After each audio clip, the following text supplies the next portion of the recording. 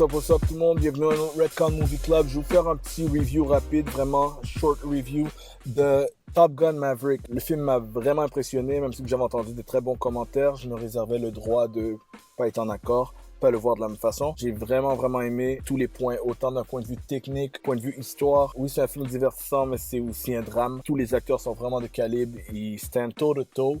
C'est pas le show de Tom Cruise et puis tous les autres sont corrects. Tout le monde est vraiment fort dans le film. Bravo au réalisateur. D'un point de vue technique, autant pour les cinéphiles, pour l'art de la chose, le tempo, le flow, le rythme du film, que d'un point de vue technique, visuel, comment ils ont utilisé les caméras IMAX, comment les vrais shots ont été faits. Je dirais que la meilleure façon de critiquer le film en une phrase, ce serait de dire que il n'y a jamais eu un film comme ça mis à l'écran. Et avec tout ce que ça a demandé, il n'y a qu'à regarder les behind the scenes et tout l'argent que ça demande et les risques que ça prend et l'investissement physique et émotionnel que les acteurs doivent passer par pour faire les images dans le ciel et tout.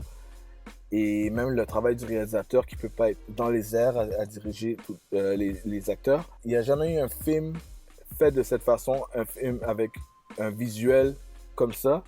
Et je crois pas qu'il y en aura un autre bientôt. Ce que ça a demandé, le défi de le faire. Et en plus, dans un bon film, ça aurait pu être techniquement impressionnant, mais dans un film qui est vraiment ennuyant. Tout le contraire, j'ai adoré le fait qu'on ne voit pas l'ennemi. C'est un autre concept qui est vraiment intéressant. Vraiment juste du point de vue de l'attaque, de la stratégie. C'est un peu comme un heist movie. Tout le long, c'est un plan, puis on va voir l'exécution. Ça amène juste le niveau de stress à un niveau vraiment intense qu'on est dans l'exécution de la mission, ce qui représente pas mal ce que ces genres de personnes doivent faire. Ils préparent des missions pendant un long bout de temps, on ne sait pas si ça va aboutir.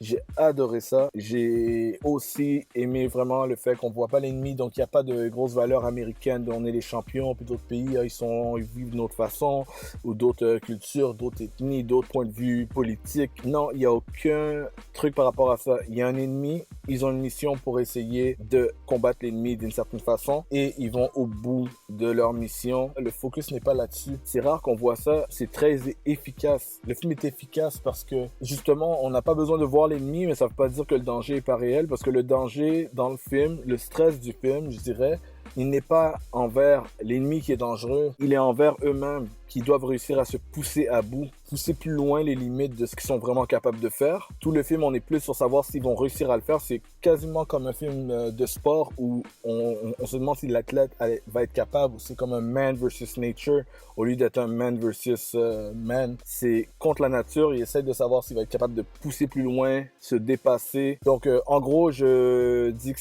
c'est un film qui m'a impressionné beaucoup. Laissez savoir vos commentaires si vous avez apprécié autant que moi ou pas autant, ou trouvez que c'était très moyen, ça me dérange pas. Laissez-moi savoir. Voilà, c'était mon opinion. Peace.